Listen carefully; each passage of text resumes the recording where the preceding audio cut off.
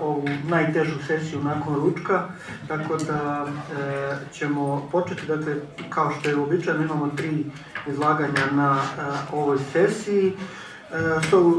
Because of our foreign colleague, first panelist is Michael Stokke, our colleague from the Norway, researcher of the Narvik War and Peace Center and a PhD student at University of Trondheim. Colleague Stokke is specialized for the prisoner of war from Poland and Soviet Union, and also is author of a few books with this topic. So, colleague Stokke, we have 15 or 20 minutes. Dakle, kolega Stokke Stokke, oprostite, sa Centra za istraživanje rata i mira u Narviku i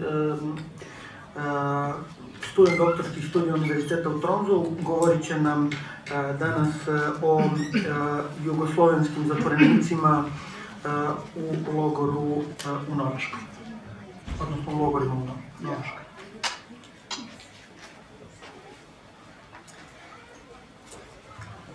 Dear all, I would say thank you for the museum for coming here to this conference to present my theme, which suits very much into all of the others about Sajmište camp. So the relations between Norway and the former Yugoslavia has been politically very good since the 1950s. Some of the reason is the contact between Norwegians and the Yugoslav prisoners who were in Norway during the Second World War. I have been working on this interesting topic for 12 years and think it's an honor to keep the memories of the prisoners who gave their lives for freedom. This is a picture of prisoners in the Beisfjord camp near Narvik, which we try to keep the memories of, and school children are coming from all the country to see what remains of this camp, the worst camp in Norway, and that was for Yugoslavs. Here we see the blood cross on the left that is taken care of and painted by the locals on the Blood Road at Rognan in Nordland County in northern Norway. The locals saw the terrible treatment the prisoners experienced at the hands of the SS and Norwegian defectors. And the society still remembers the Yugoslavs as the group of prisoners who suffered the worst during the Second World War. There has also been putting up new information signs here in Krogen camp in 2017. There has been also this is by the Friendship Association in Norway, together with the Serbian Association. And Narvik, we have also put up new signs by Narvik War and Peace Center. They have been working last 40 years. We worked in 2017 to make a new exhibition at the so-called Norwegian House in Gornji Milanovac. So we worked together with Serbian researchers, especially Milan Kojonin, which is a very good person which I enjoy to work with, and I still enjoy. So I think we did a good job, and you may go and see this exhibition about prisoners in Norway. But why were Yugoslav prisoners sent to Norway in the first place? The Nazis occupied Norway in April 1940, and there was a great need for infrastructure in northern Norway, especially road construction. And this was for the Nazis to transport military troops and goods. And there were not enough Norwegian workers, and the Reichskommissar Josef Terboven, he was the German civilian leader of Norway. He wanted to manage the work projects, but he competed with the Wehrmacht about the workforce, like Soviet prisoners of war, Polish prisoners of war, and he lost. The Wehrmacht and the Organisation Todt got the work projects and put their prisoners in those projects to build roads, railway, coastal fortresses and airports. But Terboven, he was in the civilian leaders. He wanted to have control, and he got an idea to contact his friend SS Gruppenführer August Meissner in Belgrade. And this was in February 42, and he has recently arrived from Oslo to Belgrade. And they were friends from that time in Oslo, and they quickly made a personal agreement to have captured partisans sent to Norway to build roads and to build cannon batteries. Also, an agreement was quickly made between the Wehrmacht and the SS in Serbia, where prisoners who had not been caught with weapons in hand were to be sent to Norway. So, from April 1942, several transports went out from Belgrade. Also from May 42 from Sajmište camp. Sajmište was used as a temporary place before they were sent by ship to Vienna, and then by train to the Stettin area, and then by ship to Norway. The prisoners came both from Serbia, as mostly former partisans, but many were more innocent civilians from the independent state of Croatia. These were mostly Serbs whom the Ustasha was supposed to deport. One of the first groups that came to Sajmište was a group on the 6th of May 1942. I think the first one on the 4th, we may ask Milan Kolinin about that. I found a diary from Dusan Asanets. He came from Banitsa camp on that day, and he told that there were many Jews in the camp in Sajmište when he came. And he befriended one person, and he got extra cornbread from the storage room. He lived in the Hungarian pavilion.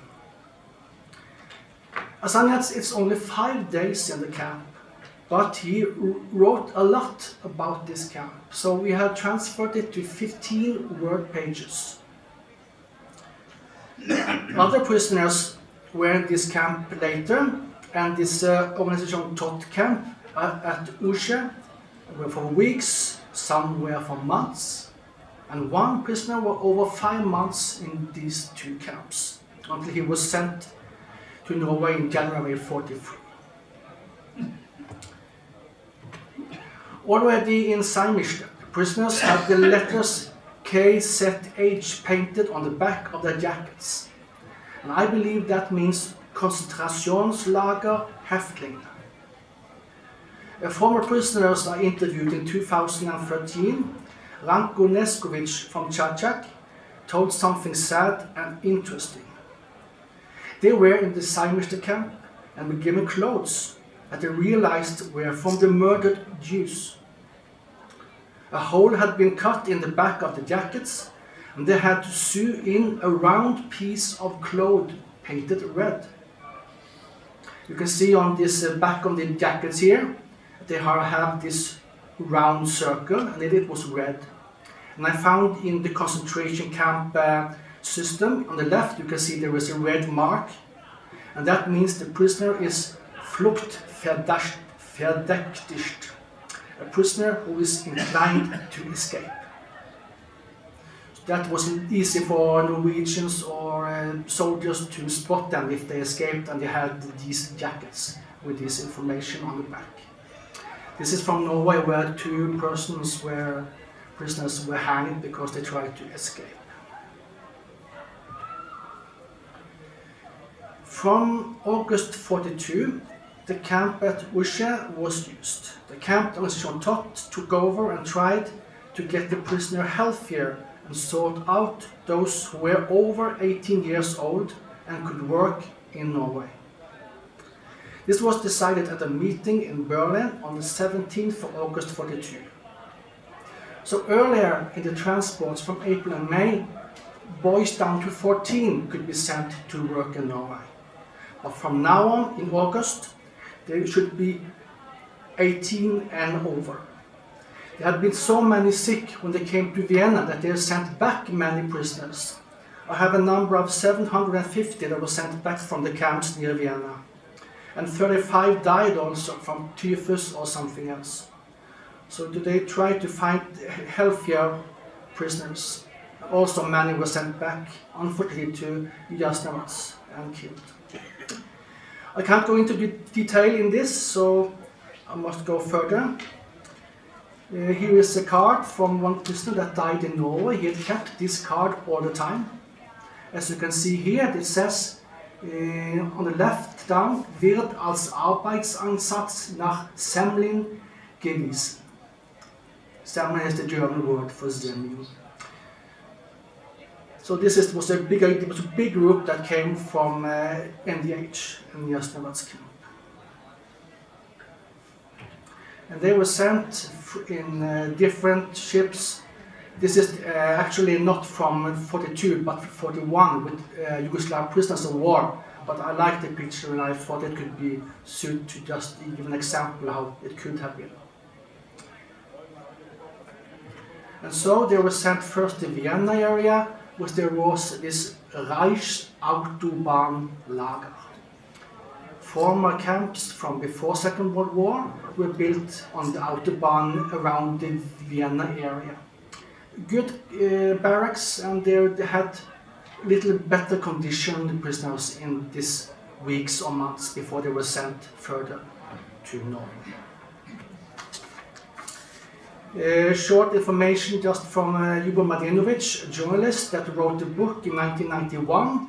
He included also some civilians from NDH, but he has nationality and ethnic identity here. You can see over 90% were ethnic Serbs, and half of them from NDH, little more from Serbia.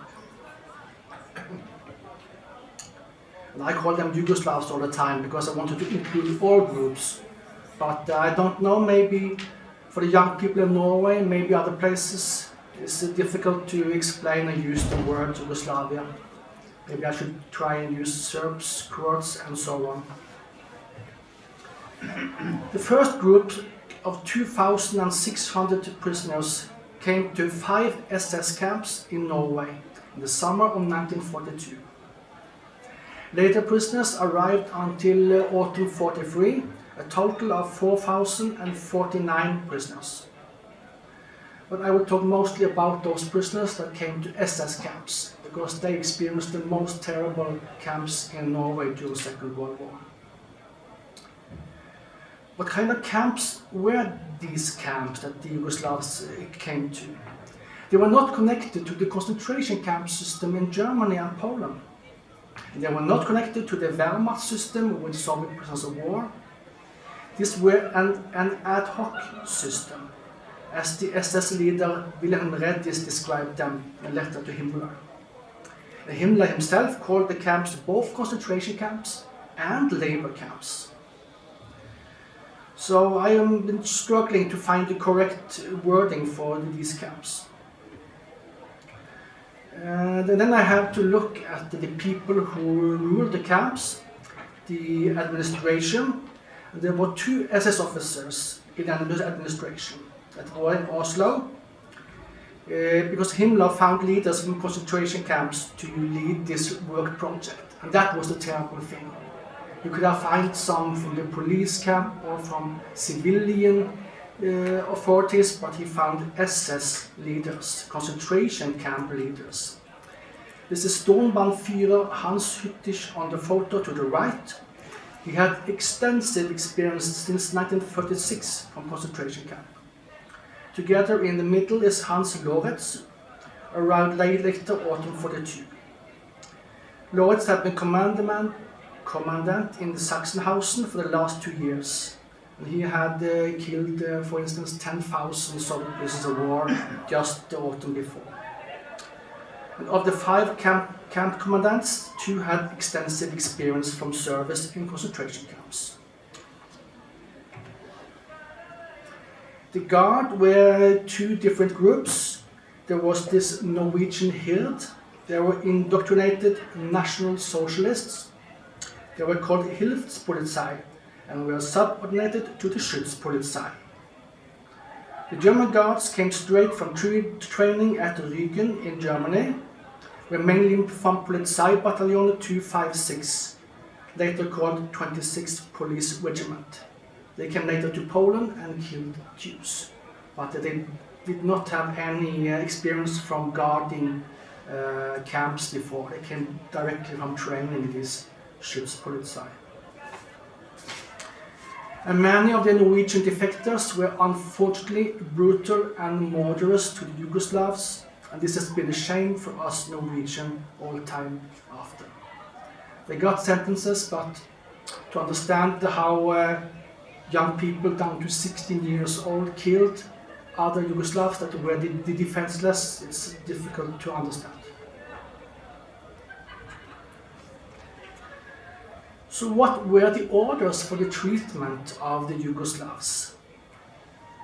SS didn't write many orders, and I lack that.